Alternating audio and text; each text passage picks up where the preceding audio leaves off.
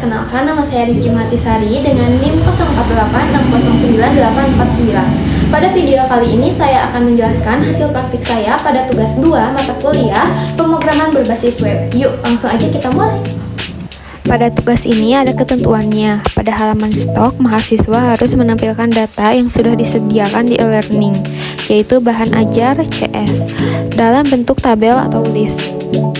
Selain itu, halaman stok juga harus memiliki beberapa fitur, yaitu edit data, sorting status stok yang bersifat kondisional dengan 3 kategori, aman, menipis, dan kosong.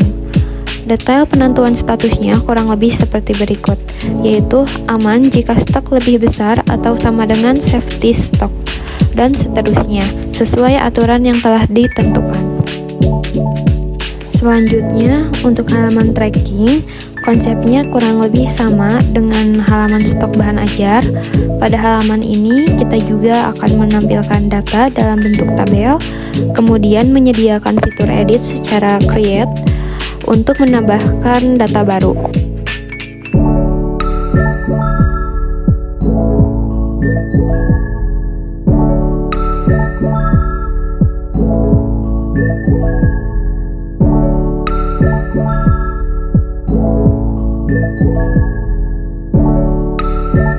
Di sini saya langsung aja peragakan dulu untuk hasilnya itu seperti apa. Jadi di sini ada di halaman index atau halaman root. Ini saya buatnya menjadi halaman manajemen stok.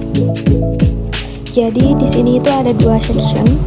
Untuk section pertama itu adalah from.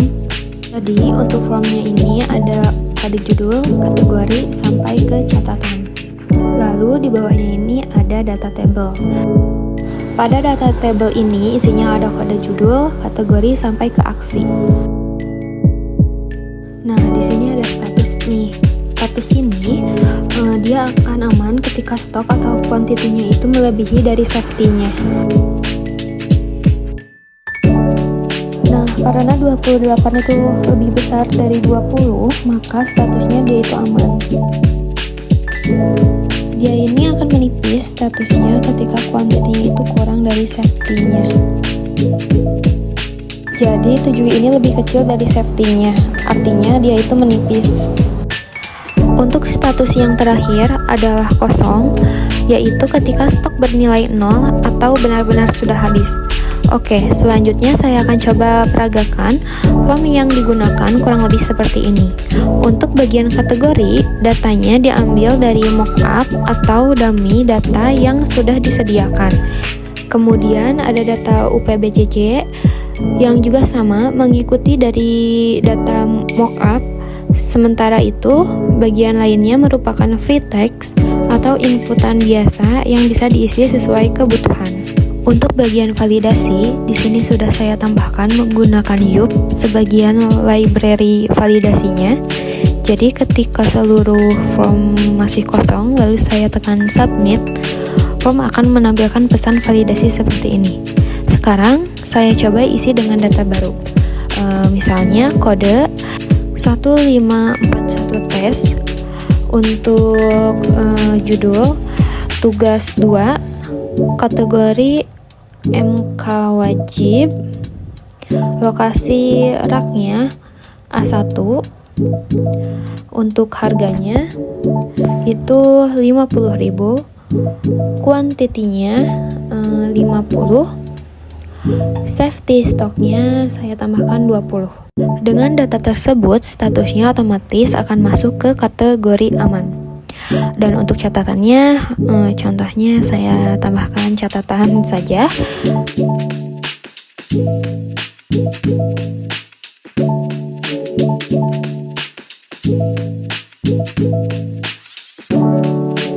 Setelah data berhasil ditambahkan, akan muncul sebuah pop-up sebagai notifikasi. Data yang baru saja dimasukkan juga langsung bisa dilihat di bagian table. Untuk fitur sorting pada table, kita cukup mengklik judul kolom atau headernya. Nanti data akan otomatis tersorting secara ascending atau descending, baik berdasarkan kode, judul, maupun kolom lainnya. Selanjutnya, untuk fungsi edit, kita tinggal klik tombol edit pada baris data yang ingin diubah. Setelah itu, semua data yang dipilih akan otomatis terisi di dalam form. Seperti ini contohnya. Misalnya, saya edit data pengantar manajemen, kemudian saya update.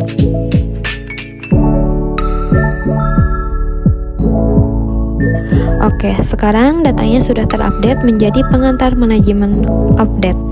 Untuk hapus data, kita cukup klik tombol hapus. Akan muncul pop-up konfirmasi terlebih dahulu. Jika saya klik batal, maka proses penghapusan tidak akan dilakukan. Tapi, kalau saya klik ya, hapus, maka datanya akan benar-benar terhapus.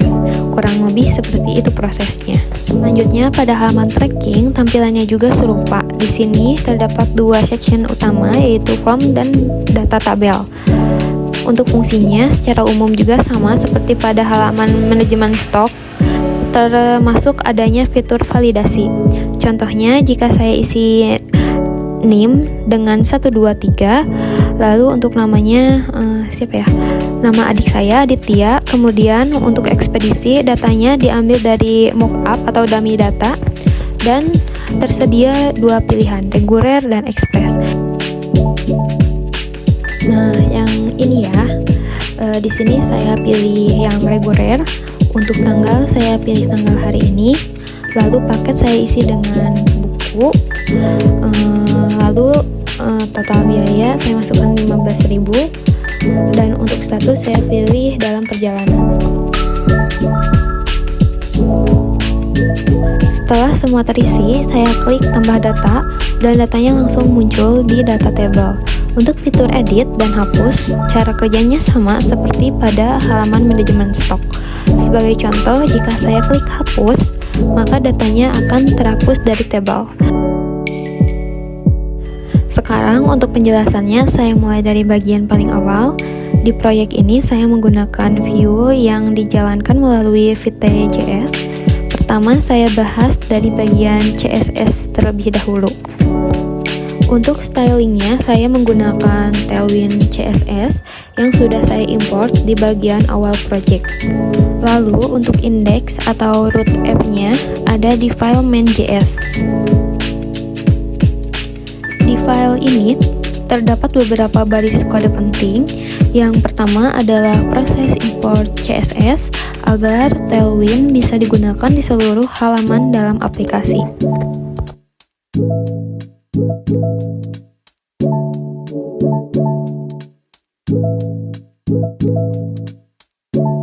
Selanjutnya, di bagian router, fungsinya adalah untuk mendefinisikan path atau alamat yang tersedia di aplikasi. Di sini saya membuat dua halaman, yaitu home dan tracking. Pada router ini, saya menggunakan 3 parameter utama. Yang pertama, path. Digunakan untuk mendefinisikan alamat URL-nya. Misalnya, ini adalah path untuk home. Jika saya ingin berpindah ke halaman tracking, saya cukup mengakses path dan router akan mengarahkannya ke halaman tersebut. Nah, kayak gini tinggal di copy aja, terus dipaste.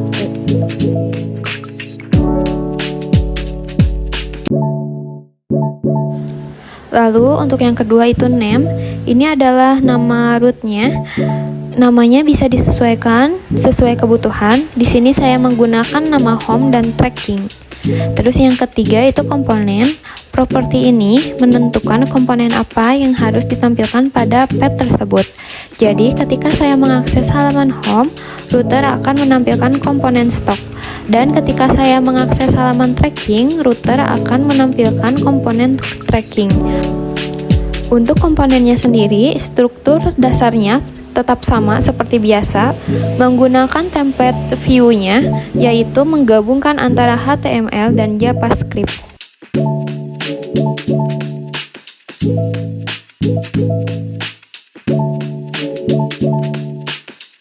Lalu di sini ada router. Jadi kita membuat router dengan view router. Kita menggunakan web history sehingga riwayat alamatnya disimpan langsung di browser.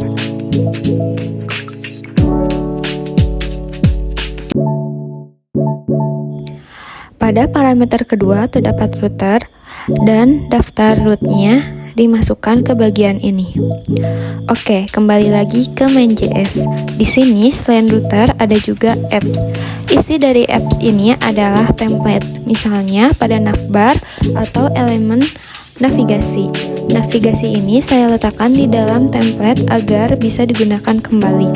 Jadi, ketika kita memuat halaman baru seperti halaman About Us, kita tidak perlu membuat navigasinya lagi karena sudah otomatis dipanggil dari template tersebut.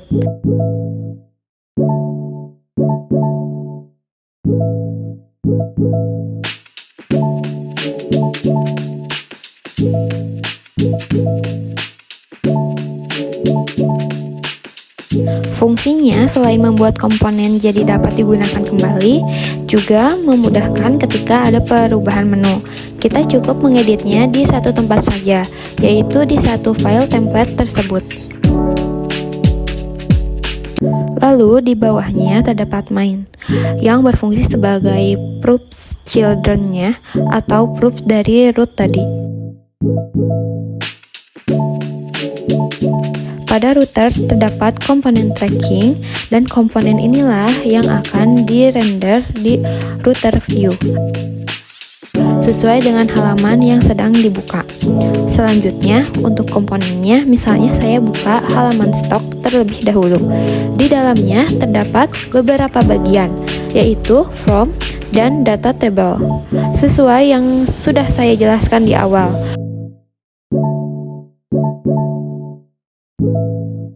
Untuk bagian HTML-nya tidak akan saya bahas lagi karena sudah dibahas pada pertemuan sebelumnya. Jadi di sini saya akan fokus ke bagian logikanya saja.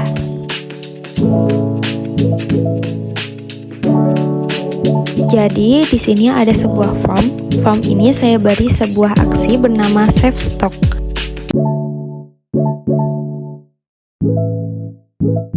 Ketika form ini disubmit, dia akan melakukan prevent default terlebih dahulu, lalu mengeksekusi fungsi save stock yang ada di atas. Nah, yang ini. Kapan fungsi ini akan terpanggil?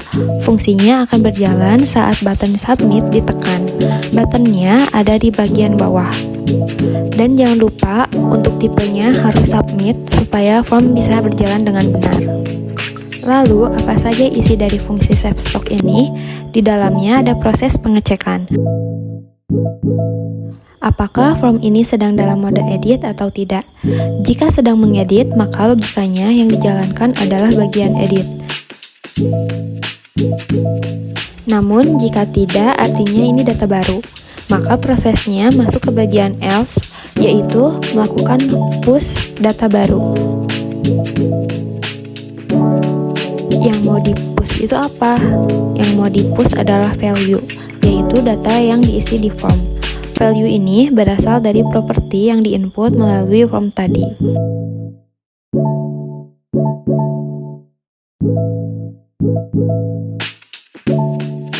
Di bagian props, save stock menerima satu props bernama value, dan value inilah yang berisi step atau data yang dimasukkan oleh pengguna ke dalam form. Untuk proses edit, alurnya kurang lebih sama seperti tadi. Ada satu fungsi khusus untuk edit, mirip dengan fungsi tambah data. Pada bagian edit stock, fungsinya berada di dalam komponen data table. Letaknya di sini, ketika tombol edit diklik. Fungsi edit stock ini membawa sebuah indeks, yaitu posisi data yang sedang ditampilkan atau dirender di table. Jadi, saat tombol edit ditekan, fungsi ini akan mengambil data berdasarkan indeks tersebut, lalu mengisi nilai ke dalam form, sehingga form menampilkan data yang ingin diedit. Dengan begitu, pengguna bisa langsung melihat dan mengubah data yang sebelumnya sudah ada. Nah, misalnya saya klik tombol edit, formnya akan otomatis terisi sesuai dengan data yang ingin saya ubah. Mekanismenya seperti ini. Saat tombol edit ditekan, kita mendapatkan indeks dari data tersebut. Setelah indeks didapat, kita tinggal mencari data di stok berdasarkan indeks tadi. Hasil pencarian itu kemudian di looping dan langsung dimasukkan ke form. Kurang lebih seperti itu alurnya.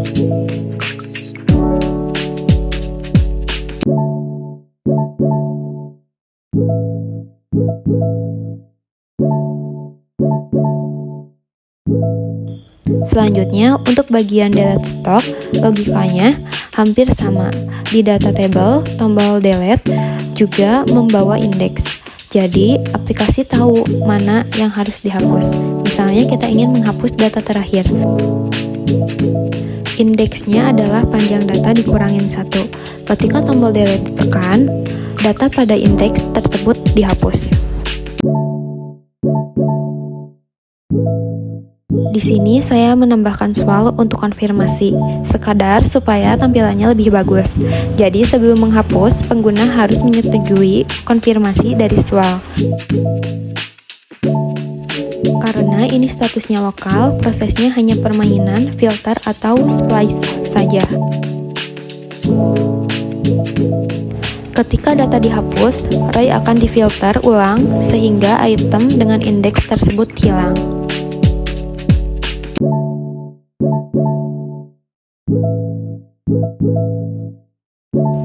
Setelah penghapusan selesai, form akan di-reset kembali ke kondisi awal.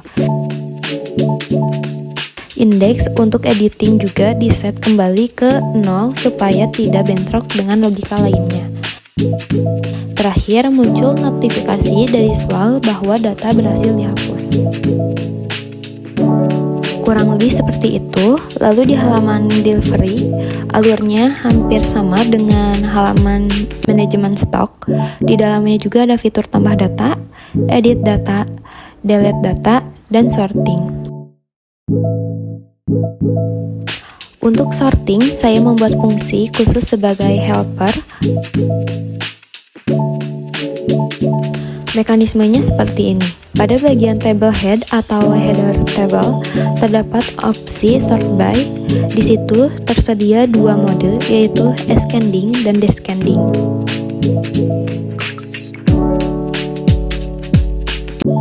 Nilai yang ingin disort juga dimasukkan ke fungsi tersebut. Contohnya seperti yang dilihat di sini. Hasil sortingnya kemudian disimpan di sorted stock. Nah, data yang ditampilkan di tabel adalah data dari sorted stock ini. Sehingga yang terlihat pada pengguna adalah data yang sudah terurut. Sekian dari video saya, terima kasih sudah menyimak, semoga bermanfaat. Apabila ada kekurangan atau kesalahan dalam penyampaian, saya mohon maaf. Wassalamualaikum warahmatullahi wabarakatuh.